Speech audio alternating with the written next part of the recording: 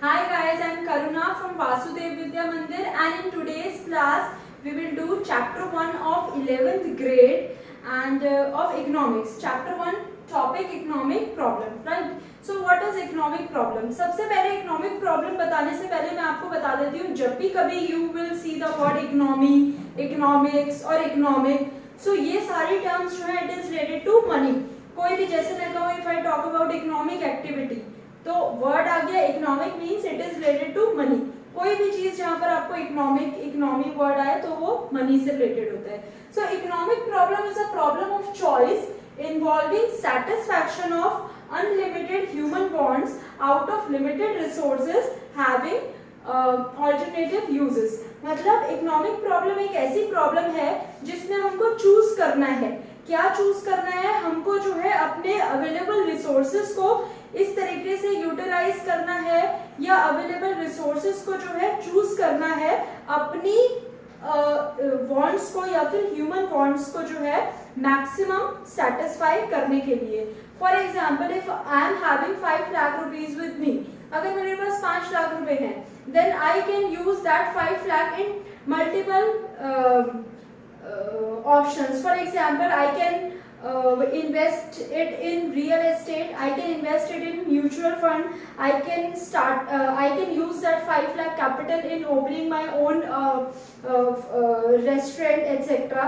Means आप business में चालू कर सकते हैं, बिजनेस चालू करने में इन्वेस्ट कर सकते हैं 5 लाख को, या फिर रियल एस्टेट में इन्वेस्ट कर सकते हैं. Even I can by gold of that 5 lakh. तो मुझे अपने रिसोर्सेज को जो कि लिमिटेड हैं उनको इस तरीके से यूज करना है कि जो मेरी वांट्स है, ह्यूमन वांट्स है, वो मैक्सिमम जो है वो सेटिस्फाई हो सके. Right now reasons for economic problem. मतलब ऐसा क्या होता है कि ये इकोनॉमिक प्रॉब्लम होती है?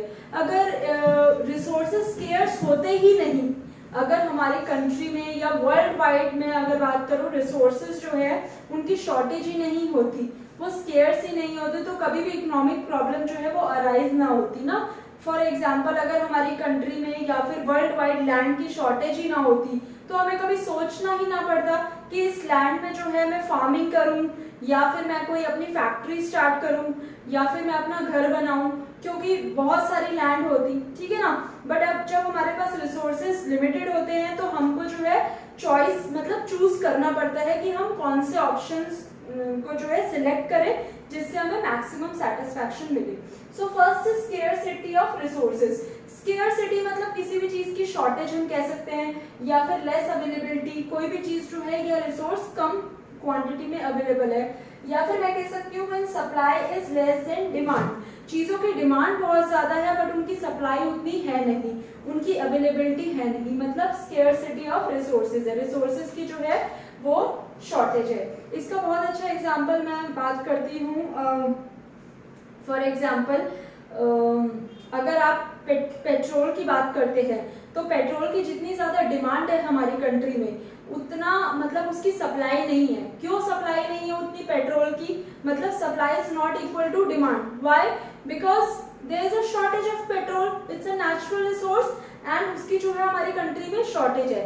That's why supply is less than demand. So second reason of economic problem. Economic problem exist क्यों करती है?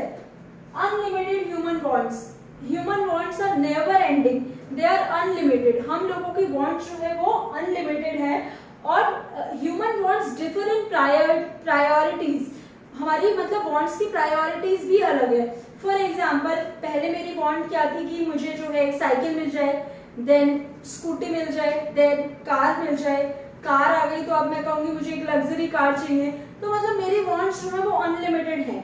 एक वांट सेटिस्फाई हो जाती है तो दूसरी वांट अराइज हो जाती है, सेकंड सेटिस्फाई होती है तो थर्ड अराइज हो जाती है. सेकंड पॉइंट इसमें यह है कि human wants differ in priorities. मेरी जो वांट्स हैं उनकी प्रायोरिटीज भी अलग अलग है. फॉर एग्जाम्पल अब अभी मैं कहती हूँ कि मुझे जो है एक आईफोन लेना है, ये मेरी प्रायोरिटी है. उसके बाद मेरी जब आईफोन आ जाएगा तो दूसरी प्रायोरिटी क्या हो जाएगी? मुझे एक कार लेनी है. फिर कार की मेरी विश फुलफिल हो जाएगी, डिमांड, तो थर्ड मेरी आ जाएगी कि मुझे जो है एक अपना बंगलो लेना है. तो ये क्या है? मेरी वांट्स जो है वो मैंने प्रायोरिटाइज कर दी है. एक वांट फुलफिल होगी तो फिर दूसरी स्टार्ट हो जाएगी.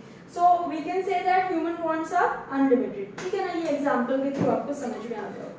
Third is alternative uses. Resources having alternative uses. Problem ये सिर्फ यहीं तक ही लिमिटेड नहीं है कि हमारे रिसोर्सेज स्केर्स है या अवेलेबिलिटी जो है वो कम है, बट प्रॉब्लम ये भी है कि ये रिसोर्सेज जो अवेलेबल है इनके मल्टीपल यूजेस है. आप एक ही रिसोर्स को बहुत सारी जगह पर यूज कर सकते हो. If I give you with example of milk जो है आप बहुत सारी जगह पर यूज कर सकते हो. ठीक है ना, आइसक्रीम बनाने के लिए, कर्ड के लिए भी, etcetera. Same if I talk about petrol. Petrol की जो डिमांड है या पेट्रोल का जो यूसेज है वो सिर्फ व्हीकल तक ही जो है सीमित नहीं है. Petrol can be used in various industries. It is used in generators and even running of machines. तो पेट्रोल जो है एक स्केर्स रिसोर्सेज है और उसके ऑल्टरनेटिव यूजेस है, मतलब वो बहुत सारी जगह पर यूज हो जाता है. तो इसीलिए हम कहते हैं कि resources have alternative uses. So in this topic what we have done economic problem, then reasons for economic problem. Why economic problem arises? ऐसा क्या होता है कि economic problem होती है? Due to scarcity of resources, unlimited human wants and resources having alternative uses. I hope this topic is clear to you. Thank you. Kindly like, share and subscribe to my video. Bye bye.